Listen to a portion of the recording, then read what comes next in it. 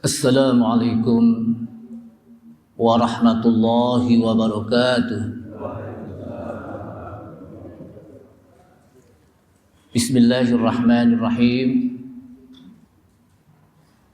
Alhamdulillah wahdah. Alhamdulillahi hamdan katsiran tayyiban mubarakan fih kama yuhibbu rabbuna wa yardah. Asyhadu an la ilaha illallah wahdahu la syarika lah wa la na'budu illa iyyah. Wa asyhadu anna Muhammadan 'abduhu wa rasuluhu la nabiyya ba'dah.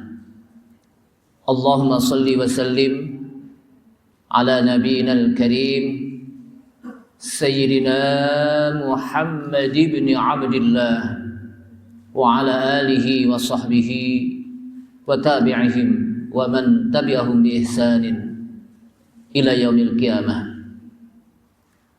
Amma ba'du, qala Allah Ta'ala fi kitabihil karim wa huwa asdaqul qailin. Ya ayyuhalladzina amanu taqullaha haqqa tuqatih wa la tamutunna illa wa antum muslimun. Wa qala Rasulullah sallallahu alaihi wasallam fa inna asdaqal hadits kitabullahi ta'ala wa khairal huda huda Muhammadin sallallahu alaihi wasallam wa syarral umuri muhdatsatuha wa kullu muhdatsatin bid'ah wa kullu bid'atin dhalalah wa kullu dhalalatin finnar. Rabbi shrah li sadri wa yassir li amri wahlul 'uqdatam min lisani yafqahu qawli. Subhanaka la 'ilma lana illa ma 'allamtana innaka antal alimul hakim. Rabbi zidni ilma warzuqni fahma wala hawla wala quwwata illa billahil aliyyil azim. Ma'asyiral muslimin wal muslimat rahimani Allah wa rahimakum. Ibu bapak hadirin hadirat sekalian, jamaah Masjid Al-Muhajirin Jalan Komplek Chandra yang mudah-mudahan dirahmati Allah Subhanahu wa taala. Mengawali dari kajian kita Kitabut Tauhid, mari sama-sama kita memanjatkan puji syukur kita kepada Allah Subhanahu wa taala yang telah memberikan taufik serta hidayahnya kepada kita sekalian, sehingga dengan taufik dan hidayahnya kita sama-sama bisa menghadiri kembali satu kajian tentang hal yang sangat pokok di dalam kita beriman kepada Allah Subhanahu wa taala, yaitu ilmu yang berkenaan dengan Kitabut Tauhid. Yang mudah-mudahan dengan kita mempelajari ilmu tauhid ini, Allah Subhanahu wa taala menjadikan keimanan kita menjadi iman yang istiqomah, sehingga kita mati dalam keadaan beriman dan di akhirat kita dimasukkan ke dalam surga Allah Subhanahu wa taala dengan iman kita. Salawat serta salam tak lupa kita sampaikan kepada Nabi kita Nabi Muhammad sallallahu alaihi wasallam beserta para keluarganya, para sahabatnya, para pengikutnya yang senantiasa istiqamah di dalam menjalankan sunnah-sunnahnya. Hadirin rahimakumullah, saat ini kita berada di 10 Asyura atau yang dikenal dengan Yaumu Asyura, 10 daripada bulan Muharram.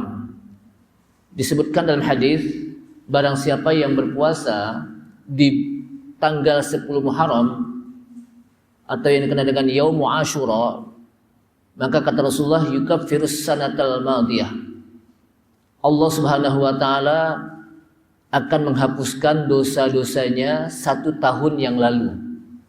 Jadi bagi mereka yang berpuasa di hari ini, 1 tahun yang kemarin itu dihapuskan dosa-dosa kita oleh Allah Subhanahu wa taala.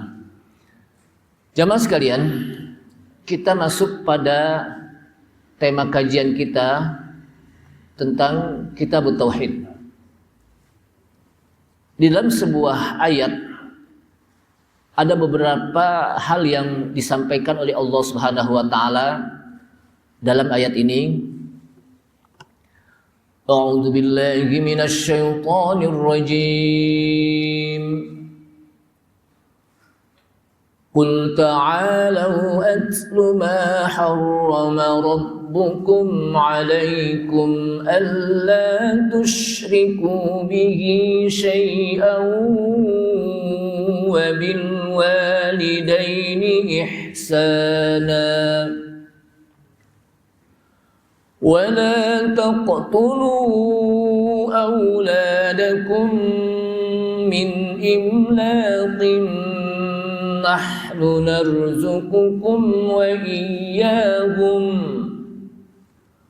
ولا تقربوا الفواحش ما ظهر منها وما بطن ولا تقتلوا النفس التي حرم الله إلا بالحق ذلكم وصاكم به لعلكم تعقلون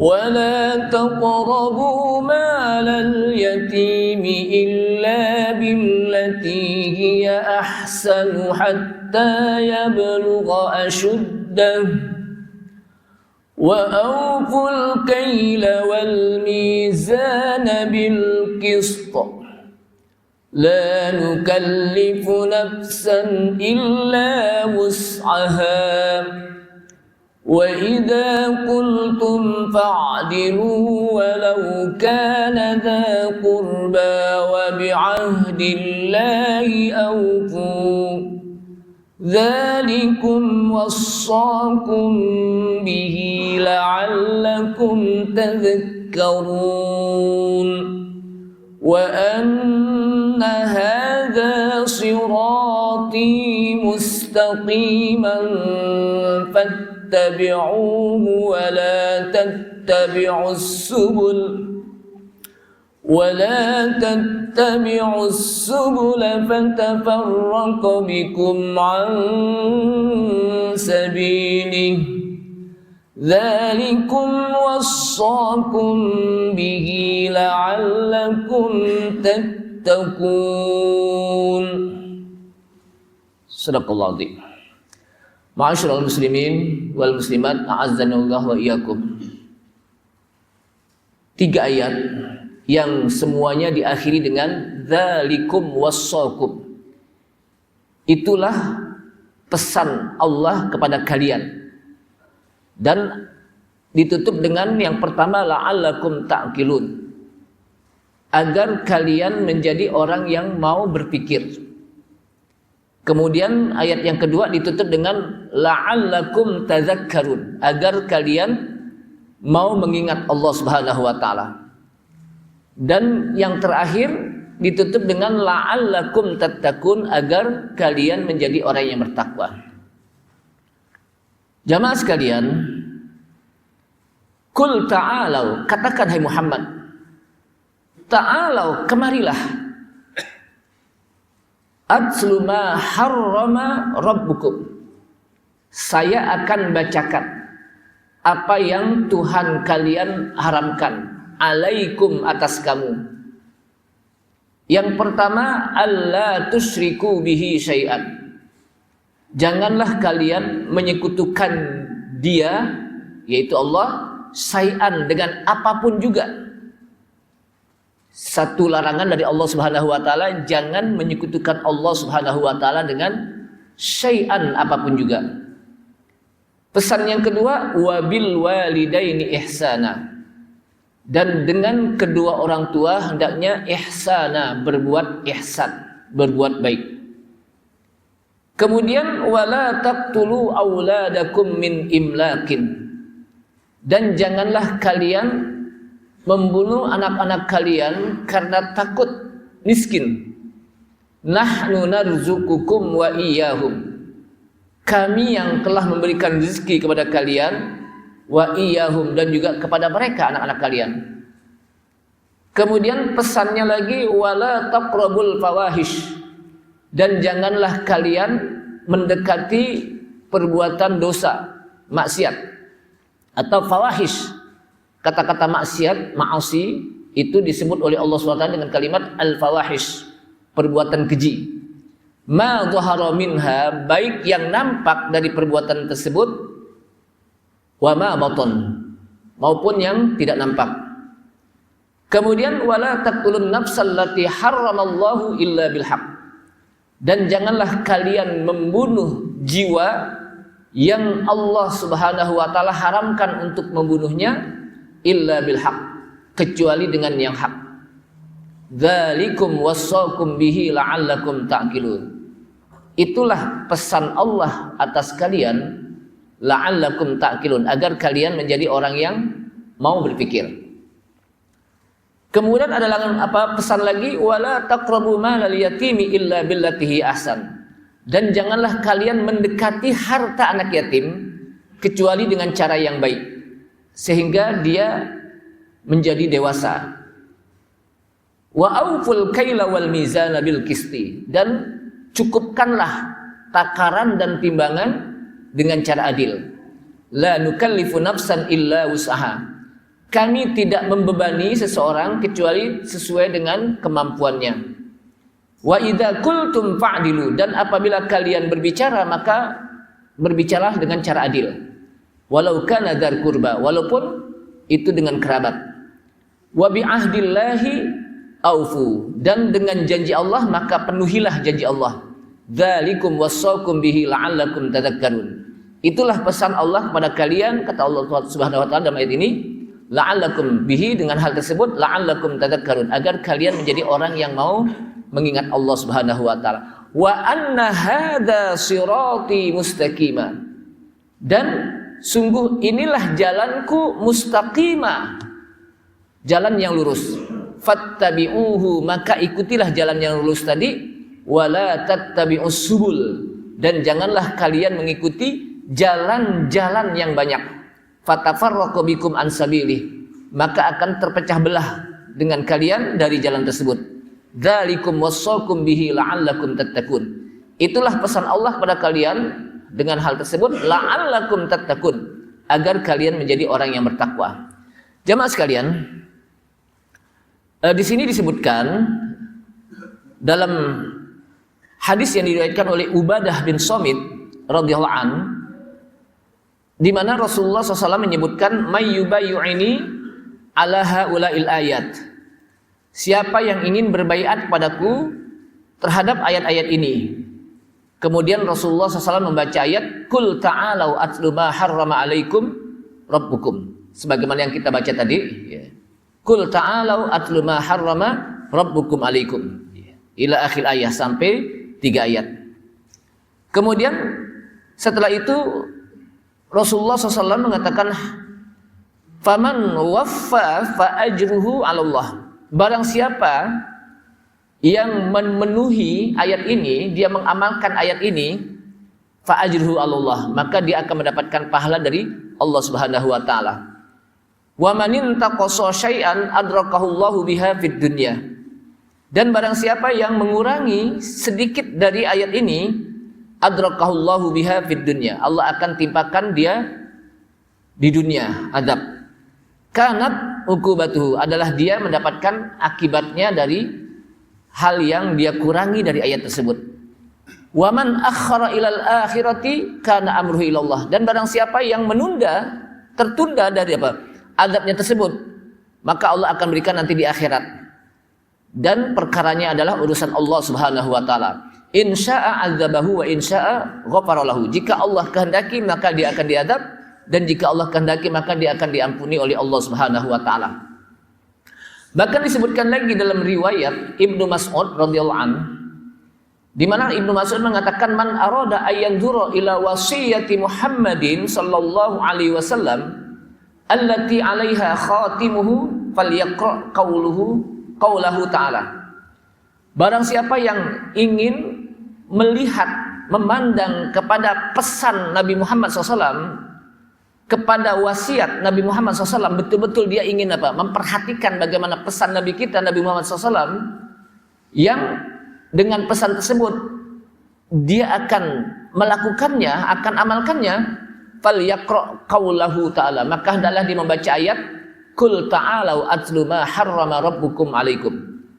Jadi ini merupakan, jamaah sekalian, pesan Nabi kita, Nabi Muhammad SAW, itu juga pesan Allah Subhanahu wa taala. Jadi pesan Nabi kita adalah juga itu pesan Allah Subhanahu wa taala. Wasiat itu ini pesan. Di mana Allah Subhanahu wa taala berpesan, yang pertama, alla tusyriku bihi syai'an. Janganlah kita menyekutukan Allah Subhanahu wa taala kepada apapun juga. Ada beberapa pesan yang disebutkan dalam ayat ini. Yang pertama, wasaukum alla tusyriku bihi syai'an. Allah Subhanahu wa taala berpesan kepada kita, alla tusyriku bihi syai'an.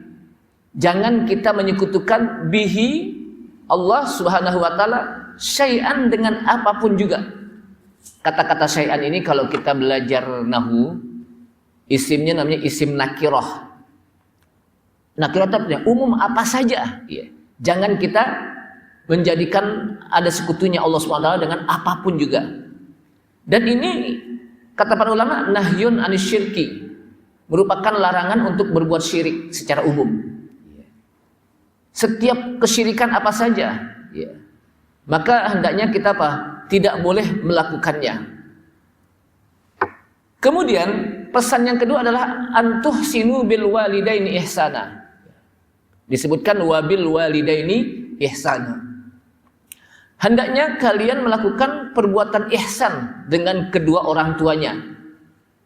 Jadi kalau untuk orang tua itu berbuat ihsan. Apa sih ihsan? Dulu pernah kita bahas. Ihsan itu berbuat kebaikan di atas kebaikan. Udah baik tapi di atas kebaikan. Artinya apa? Yang terbaik kalau bahasa kita. Hendaknya kita melakukan hal-hal yang terbaik untuk kedua orang tua kita. Itu disebut apa? Ihsan. Al-amal fauqal amal. Beramal di atas beramal. Artinya apa? Amalan yang terbaik untuk kedua orang tua kita. Dengan cara apa? Bibirrihima. Dengan cara berbakti kepada keduanya. Yang kedua, wahibdihima, menjaga keduanya. Kita jaga orang tua kita.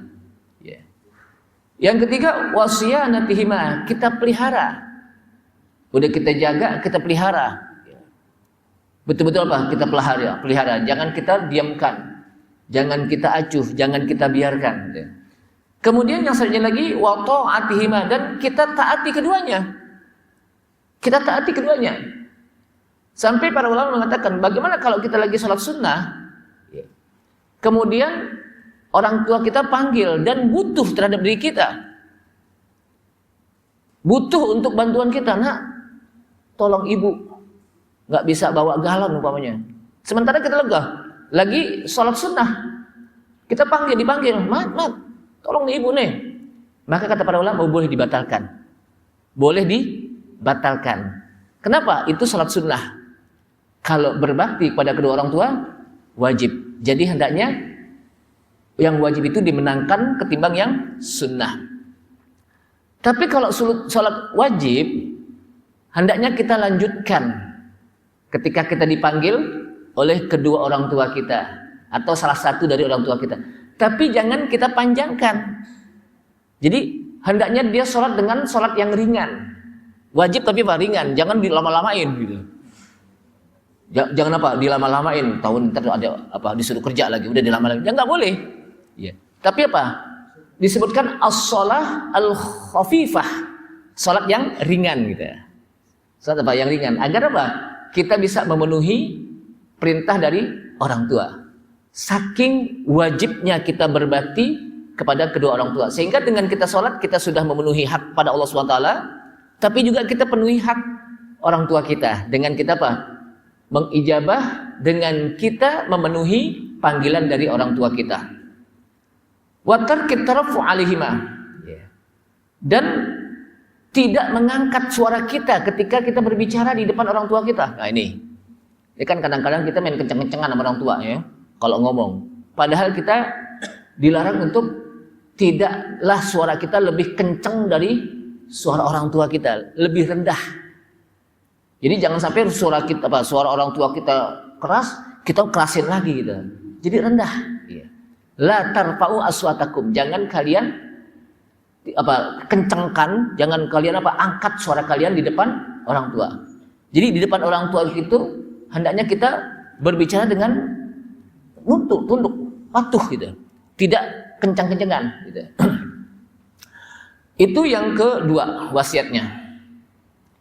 Yang ketiga adalah Allah Subhanahu wa taala berwasiat, la taqtulu auladakum min imlaq. Janganlah kalian membunuh anak-anak kalian.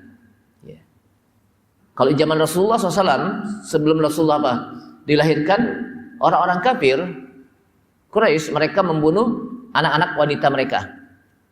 Jadi mereka membunuh anak-anak wanita mereka karena adanya rasa malu ketika mereka punya anak wanita, sehingga mereka bunuh. Dan mereka akan bangga ketika melahirkan anak laki-laki. Tapi di zaman Nabi Musa alaihissalam, mereka akan membunuh anak laki-laki karena khawatir dengan untuk menghancurkan kerajaan Fir'aun. Artinya sama-sama membunuh, itu nggak boleh. Betul, sekarang kita tidak membunuh anak-anak kita, tapi bagaimana kita membunuh karakter anak-anak kita dengan kita tidak mendidik mereka. Kita tidak ajarkan mereka pendidikan-pendidikan Islam. Kita tidak ajarkan mereka bagaimana mengenal Islam, mengenal Allah Subhanahu wa taala. Itu juga nggak boleh. Jadi membunuh bagaimana dia tidak menjadi orang yang paham tentang agamanya. Kemudian yang keempat adalah pesan Allah Subhanahu wa taala, la taqrabul fawahish. Jangan kalian melakukan atau mendekati perbuatan maksiat.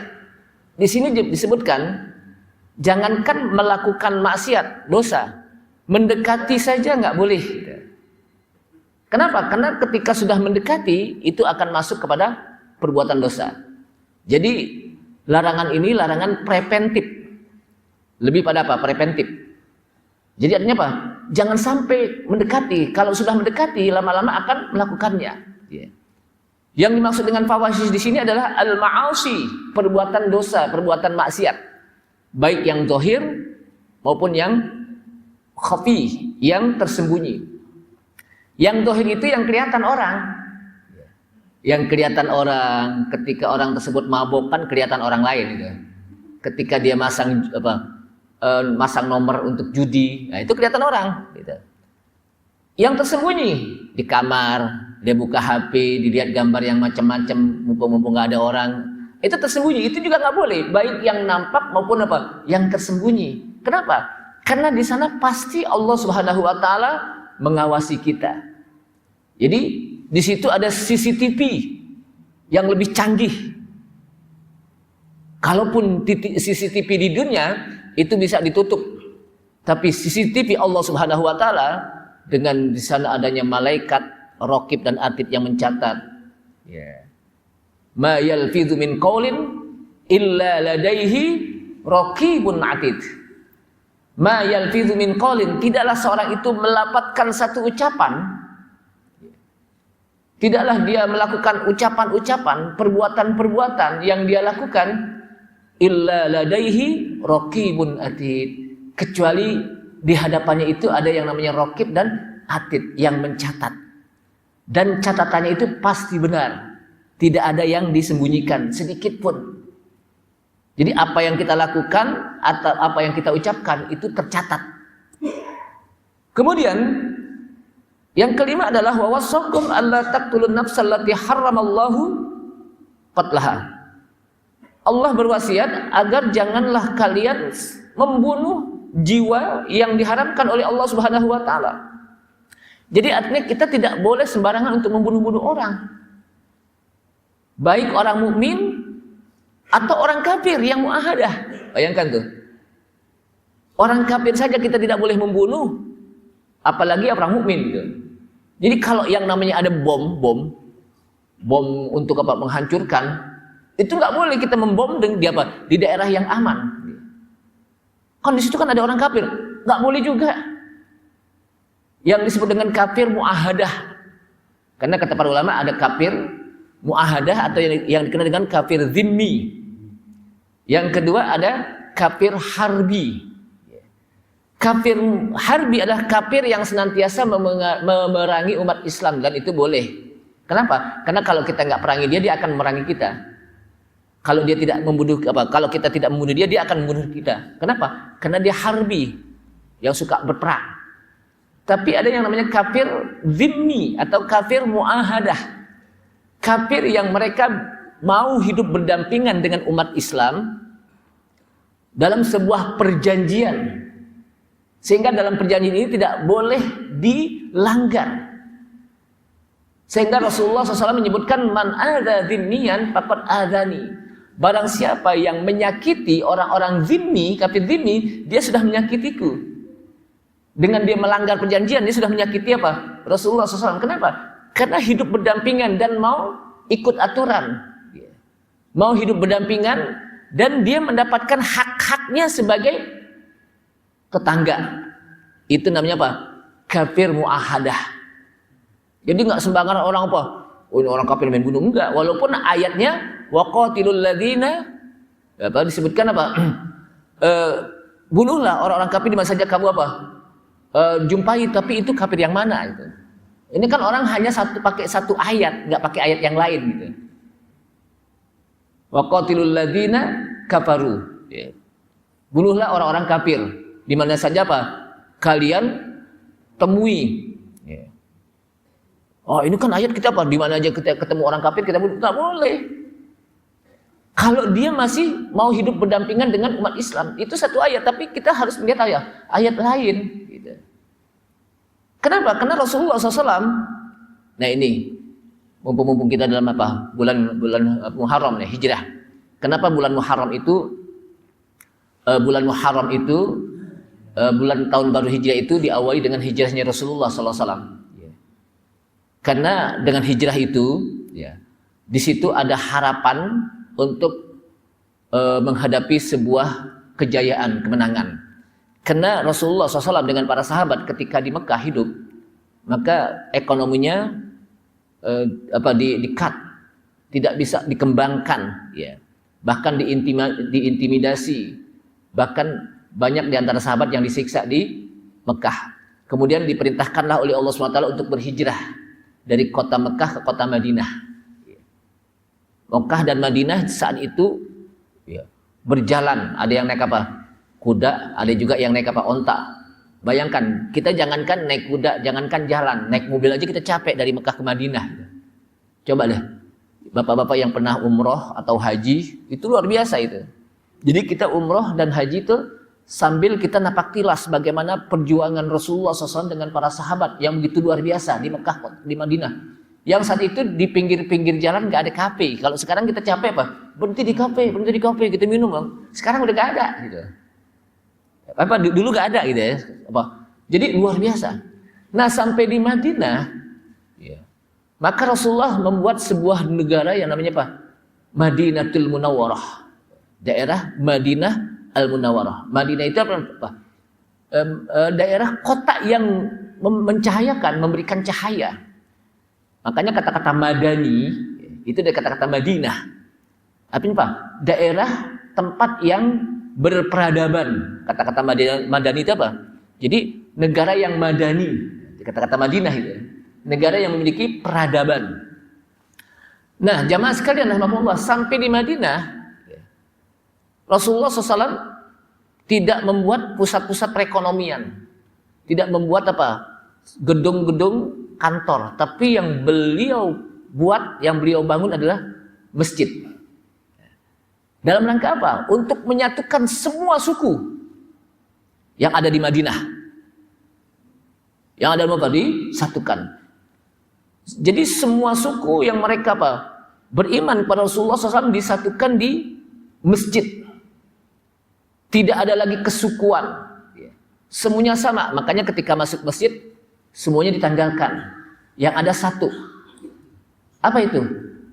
Berkiblat kepada kiblat yang satu. Menyembah kepada Allah yang ahad, yang satu. Melaksanakan sholat dengan cara yang satu. Dimulai dari takbir sampai salam. Itu sama semuanya.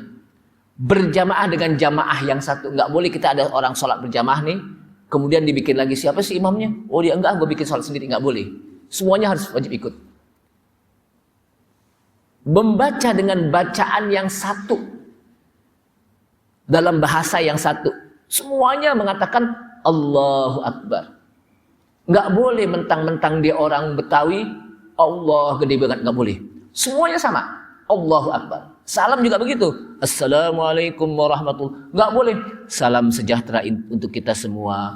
Nggak boleh. Semuanya sama. Assalamualaikum warahmatullahi. Itu menunjuki bahwa Allah Subhanahu wa Ta'ala menyatukan kita di masjid dengan cara sholat.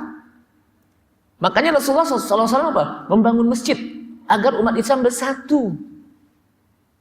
Cuman sayangnya ketika sholatnya bareng-bareng, kiblatnya sama, bacaannya sama, tata caranya sama, beribadah dengan Tuhan yang satu, keluar dari masjid berantem lagi, konflik lagi, padahal udah disatukan.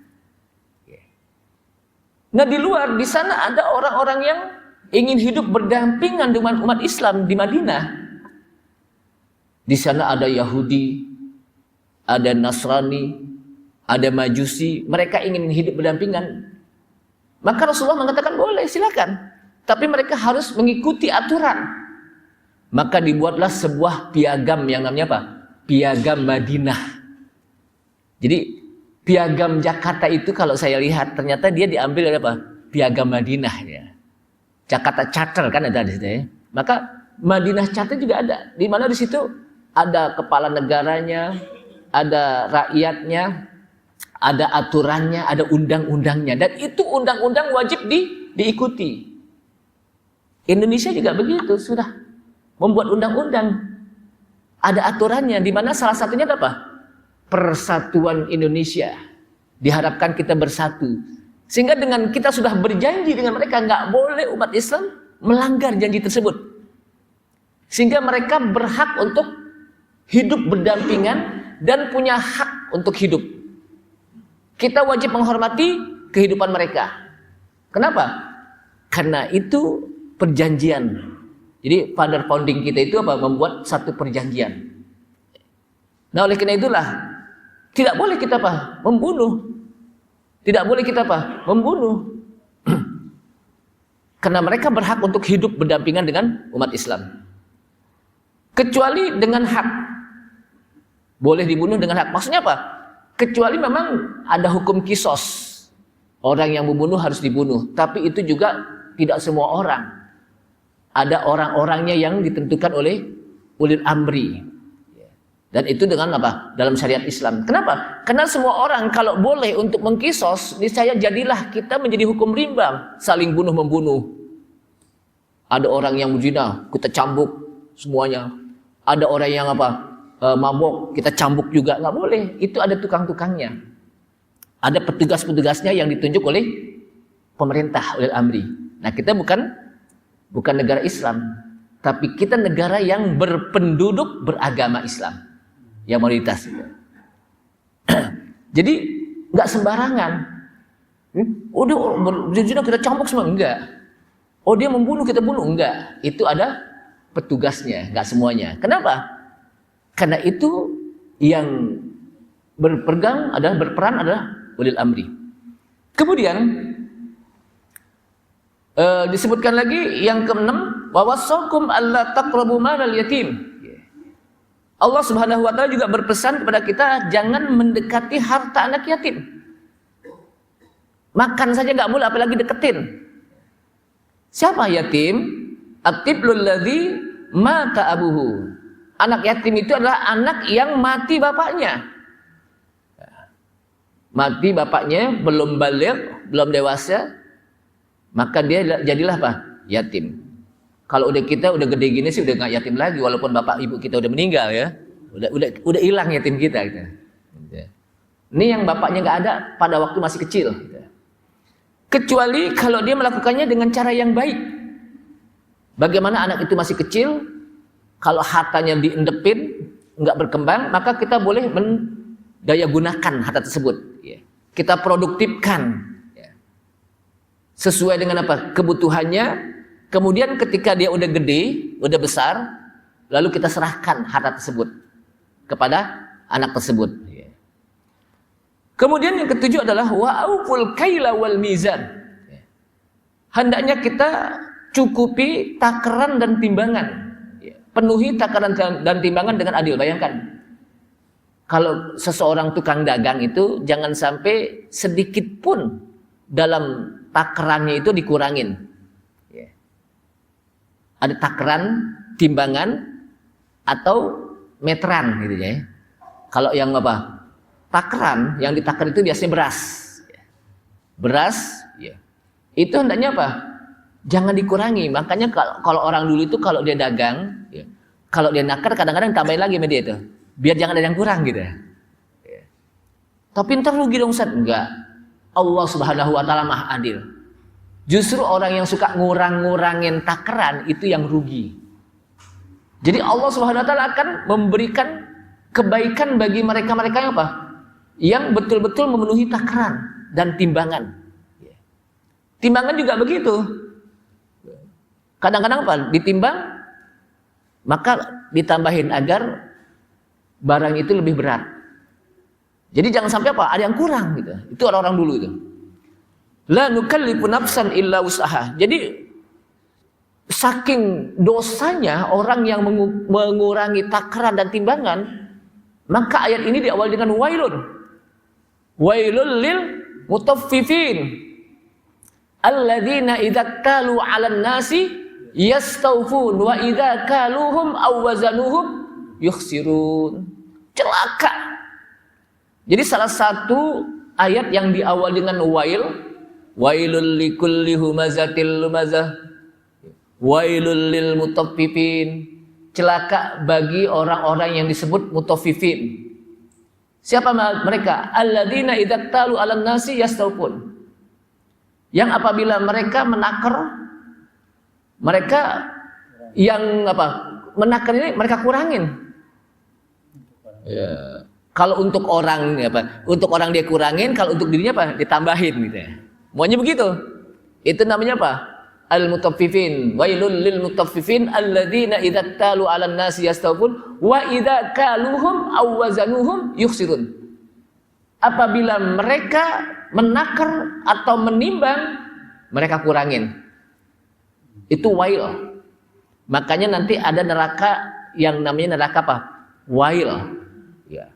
Saking dosanya besar, maka ayat ini diawali dengan kata-kata wail. Wail itu akhirnya diartikan dalam bahasa kita menjadi apa? Celaka orang ini. Ya. Celakanya bukan sampai 13 saja. Biasanya kan orang celaka cuma sampai apa? Celaka 13 ini. Ini lebih. Ya. Nah apa? Lebih. Kenapa? Karena celakanya itu adalah wail, neraka wail yang sudah disediakan oleh Allah SWT bagi mereka-mereka yang suka mengurangi takaran dan timbangan. Kemudian maksudnya apa? Aqimul adla fil akhdhi wal i'ta.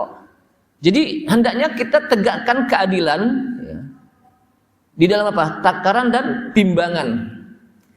Kemudian yang kedelapan adalah wa idza qultum fa'dilu walau kana dza qurba. Dan apabila kalian berbicara maka berbuat adillah dalam berbicara walaupun kepada kerabat. Apa sih yang dimaksud dengan berbicara adil? Berbicara itu sesuai dengan manfaatnya. Sesuai dengan apa? Orangnya. Kita berbicara dengan orang tua kita, dengan berbicara kepada teman itu beda. Kita berbicara dengan istri kita beda. Jadi adil, sesuai dengan apa? Jangan kita berbicara kepada orang tua kita itu sama dengan kita berbicara dengan teman kita. Meledek-ledekan sama orang tua. Ame orang tua cengek-cengekan gitu kan. Itu nggak boleh. Kenapa? Karena dia bukan teman kita. Dia ini yang apa? Yang melahirkan kita, yang mendidik kita, yang membesarkan kita. Itu berbeda. Bahkan ketika apa? Orang tua kita perintahkan, kita mengatakan, nggak mau. Nah, itu udah dosa itu. Gitu. Wala taqul lahuma uffin. Janganlah kalian berbicara kepada kedua orang tua dengan kalimat uff. Uff itu adalah ucapan yang paling rendah ketika kita tidak mau. Gitu. Itu nggak mau. Jadi artinya apa? Begitu luar biasanya bakti kita kepada kedua orang tua, sampai dalam ucapan pun kita harus betul-betul apa? Menjaga perasaan orang tua. Kemudian juga disebutkan lagi dalam hal ini, wa bi'ahdillahi aufu, dan dengan janji Allah maka hendaklah dia penuhi. Ini kena 10, jadi kita harus bagi-bagi waktu. Jadi janji Allah itu hendaknya apa? Kita penuhi, kita laksanakan. Maksudnya apa? Wasiyatul lati wasakum bihi. Janji Allah, wasiat Allah yang berwasiat kepada kita, aufu, maka hendaklah kita apa? Laksanakan. Dengan cara apa? Kita taati apa yang diperintahkan oleh Allah SWT dan kita jauhkan apa yang dilarang oleh Allah Subhanahu wa taala. Itu yang disebut apa? Wa bi ahdillahi aufu, dan dengan janji Allah artinya dan dengan pesan Allah Subhanahu wa taala dalam ayat ini hendaklah kita apa? Laksanakan. Ya, makanya Rasulullah SAW beliau mengatakan wa idza amartukum bi syai'in minhu ya fastata'tum wa idza nahaitukum anhu fajtanibuhu. Kata Rasulullah SAW, wa idza amartukum bi syai'in fa'tu minhu mastata'tum. Apabila aku perintahkan kepada kalian satu perintah, fa'tu minhu mastata'tum, maka laksanakanlah semampumu. Jadi masalah perintah laksanakan semampu kita.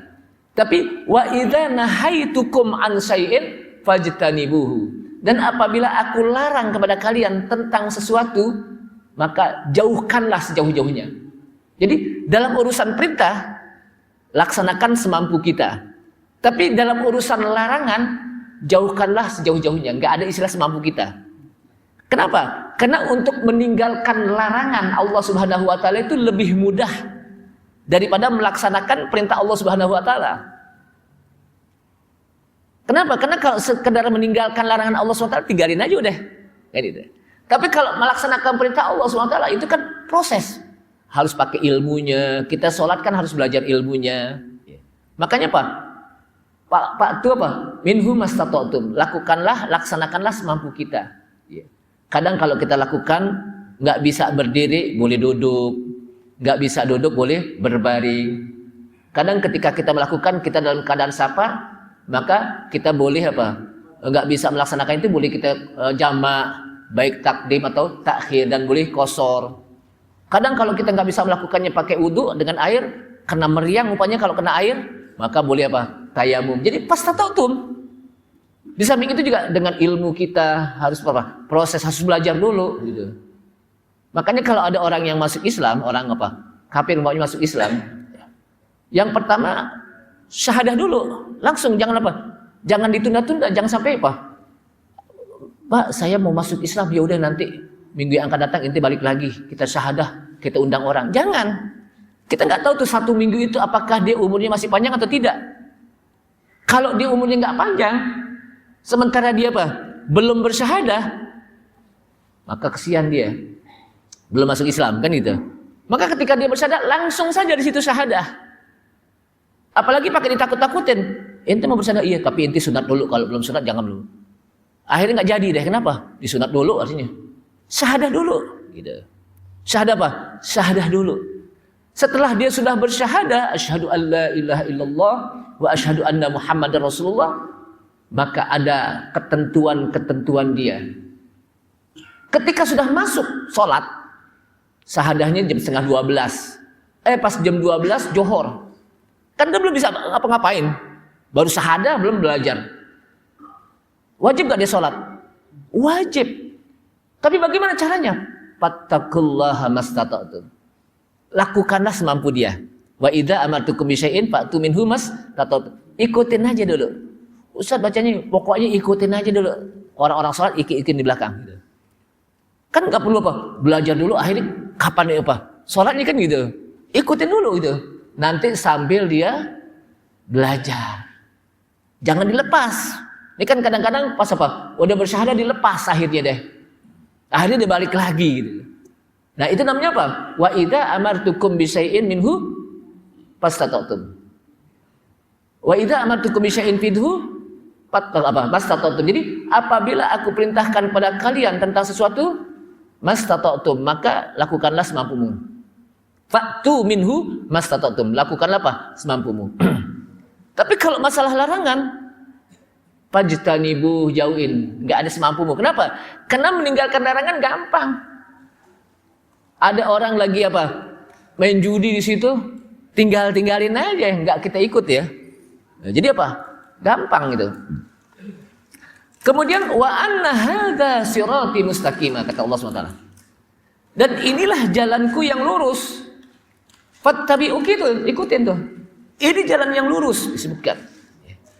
Nah, dalam hadis disebutkan dalam riwayat Ibnu Mas'ud radhiyallahu an, di mana Rasulullah sallallahu alaihi wasallam mengatakan, ya, kata Ibnu Mas'ud, khattalana Rasulullah sallallahu alaihi wasallam khatton. Satu kali Rasulullah pernah menggaris satu garis, ya. Jadi Rasulullah menggaris dari apa? Ujung ke ini digaris, ya. Kemudian setelah digaris, summa khatta an yaminihi wa an shimalihi khututon. Kemudian setelah itu Rasulullah membuat beberapa garis ke kanan dan garis ke kiri. Yang cuma apa? Yang ini cuma satu. Tapi ke kanan beberapa garis. Yang ke kiri apa? Beberapa garis. Kemudian Rasulullah SAW mengatakan, hadza sabilullah. Ini yang lurus ini jalan Allah. Jadi jalan Allah itu cuma satu. Jalan Allah Subhanahu wa taala apa? Cuma satu. Wa hadhihi subul ala kulli sabilin anha syaitanun yad'u ilaihi. Dan ini jalan-jalan nih yang banyak nih, yang kanan, yang kiri, yang digaris-garis banyak. Ala kulli sabil, atas setiap jalan itu di situ ada setan-setan yang senantiasa mengajak ke jalan. Makanya ketika Allah Subhanahu wa taala menyebutkan wala tattabi'u khutuwatis syaitan, dan janganlah kalian mengikuti khutuwat, langkah-langkah, itu dalam bentuk jamak plural, syaitan. Kenapa disebutkan dalam bentuk jamak? Karena langkah-langkah setan itu banyak, sehingga setan itu untuk menggoda manusia itu begitu banyak langkahnya, begitu banyak jurus-jurusnya untuk menggoda apa? Manusia. Kalau jurus ini nggak mampu, yang ini nggak mampu, yang ini. Jadi itu begitu banyak. Maka setan itu tidak pernah berputus asa untuk apa? Menggoda menggoda manusia. Jadi setan itu tidak pernah berputus asa untuk menggoda manusia. Selama manusia itu masih hidup, itu akan digoda. Dari sisi apa saja? Dari sisi matanya, penglihatannya, dari sisi pendengarannya, dari sisi gerakannya, dari sisi hatinya. Itu semuanya digoda oleh setan. Makanya kata Rasulullah, ini jalan yang benar nih, jalan Allah yang lurus. Wa hadhihi subul, dan ini jalan-jalan, ya. Itu jalan-jalan, masing-masing jalan itu di situ jalan setan. Yang setan itu yad'u ilaihi, senantiasa apa? Menyeru kepada jalan tersebut. Kemudian Rasulullah menyebutkan ayat wa anna hadza sirati mustaqima, dan inilah jalanku mustaqima yang lurus. Fattabi'uh, maka ikutilah jalan yang lurus. Itulah yang disebutkan apa? Ihdinas siratal mustaqim. Tunjukilah kami jalan yang lurus. Jalan yang lurus itu cuma satu. Jalan kepada Allah SWT apa? Al-iman, al-Islam, Al-Quran. Yeah. Itu kan cuma satu, al-iman, Al-Quran.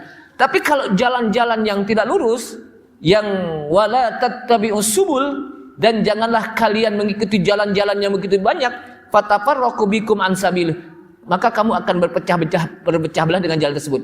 Itu banyak kemaksiatan, perbuatan dosa, kemungkaran, kejahatan, itu jalan-jalan yang banyak. Tapi jalan Allah Subhanahu wa taala cuma satu, al-Islam, al-iman, al-Quran. Itu jalan Allah Subhanahu wa taala. Ma'asyiral muslimin rahimakumullah. Udah syuruk ya? Ini saja, mudah-mudahan bermanfaat dan kita bisa mengamalkan pesan Allah Subhanahu wa taala, sehingga kita menjadi orang-orang yang disebutkan oleh Allah Subhanahu wa taala la'allakum ta'qilun, agar kita mau senantiasa berpikir. Kenapa disebut ta'qilun dengan fi'il, dengan bentuk verb fi'il? Artinya akal kita hendaknya aktif, produktif, berpikir. Yang kedua, la'allakum tadakkarun, agar kita senantiasa ketika kita berpikir bagaimana pesan Allah Subhanahu wa taala, kita ingat Allah Subhanahu wa taala. Dan ketika kita ingat Allah Subhanahu wa taala, la'allakum tattaqun, agar kita menjadi orang yang bertakwa. Inilah ketakwaan yang sangat penting, karena dengan ketakwaan itu orang akan mati dalam keadaan beriman. Makanya ayat ini apa? Ya ayyuhalladzina amanu taqullaha haqqa tuqatih. Hai orang-orang yang beriman, bertakwalah kepada Allah Subhanahu wa taala dengan sebenar-benar takwa, wala tamutunna illa wa antum muslimun, dan janganlah kalian mati kecuali dalam keadaan mukmin. Ini saja kita tutup. Subhanallah, asyhadu an la ilaha illa anta, astaghfiruka wa atubu ilaik. Assalamualaikum warahmatullahi wabarakatuh.